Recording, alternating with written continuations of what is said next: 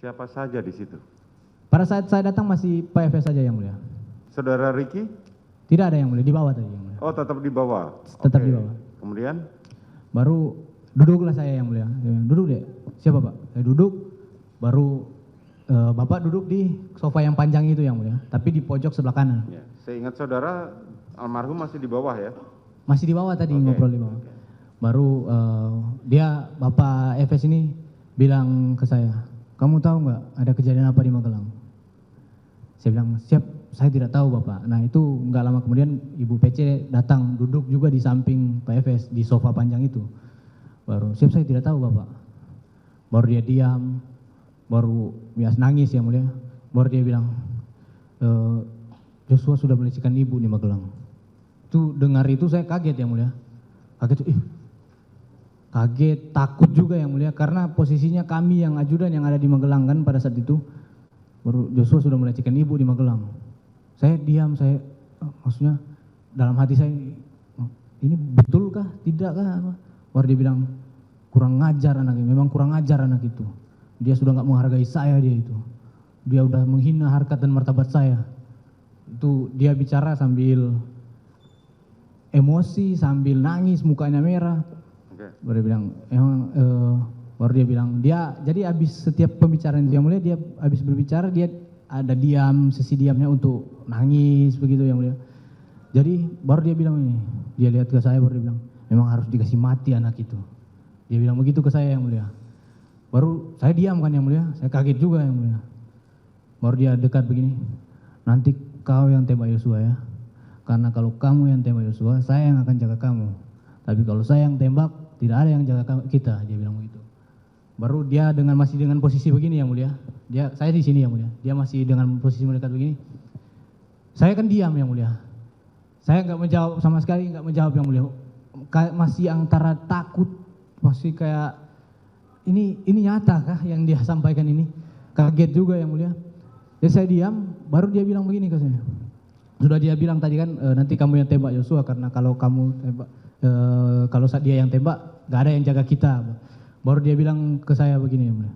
Jadi gini Chat, skenario-nya, dia langsung jelaskan skenario-nya di situ yang mulia.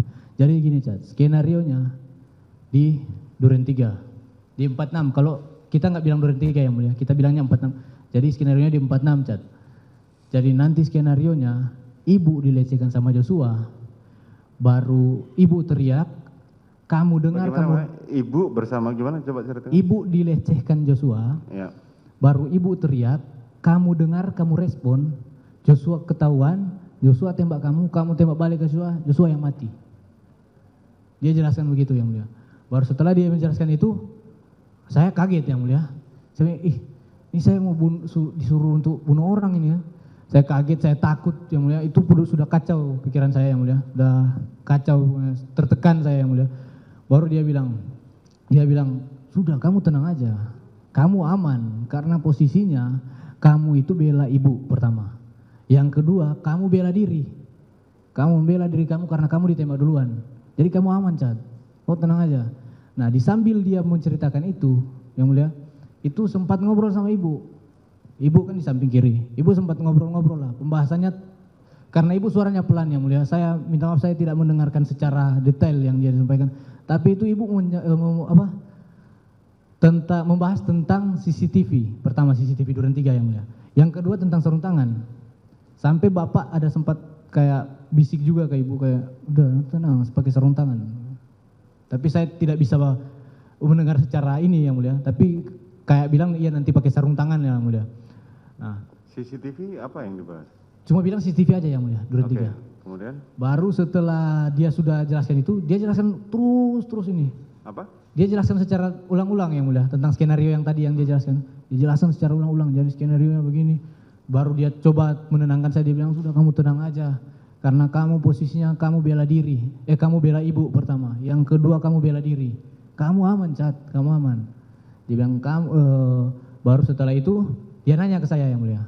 Saya kan cuma siap Bapak, ada sempat jawab siap Bapak kan. Baru dia bilang, "Senpi kamu mana?" "Siap, izin Bapak, ada saya nunjukin begini ya mulia." "Siap, ada Bapak." Baru dia ambil pokoknya dari sebelah sisi kanannya dia lah. Saya tidak lihat dia taruh di sini atau udah di tangan, dia langsung kasih. kau tambah amunisimu. Ya kasih amunisi ke saya bilang siap Bapak. Saya ambil senpi saya, buka magasin, saya nambah amunisi saya yang mulia.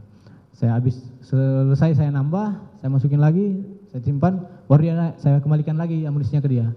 Baru dia bilang begini ke saya, senjatanya Joshua mana? Siap, karena seingat saya tadi senjata Joshua itu disimpan Ricky di mobil waktu di Magelang. Saya bilang siap Bapak, ada di mobil Lexus Bapak.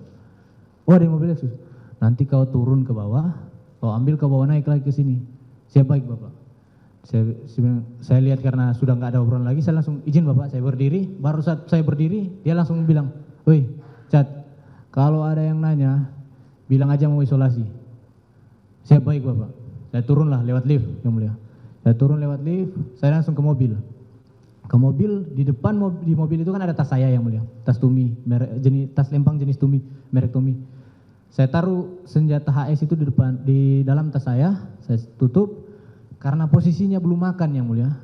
Saya memang dari awal itu rencananya sudah lapar sekali, pingin makan yang mulia.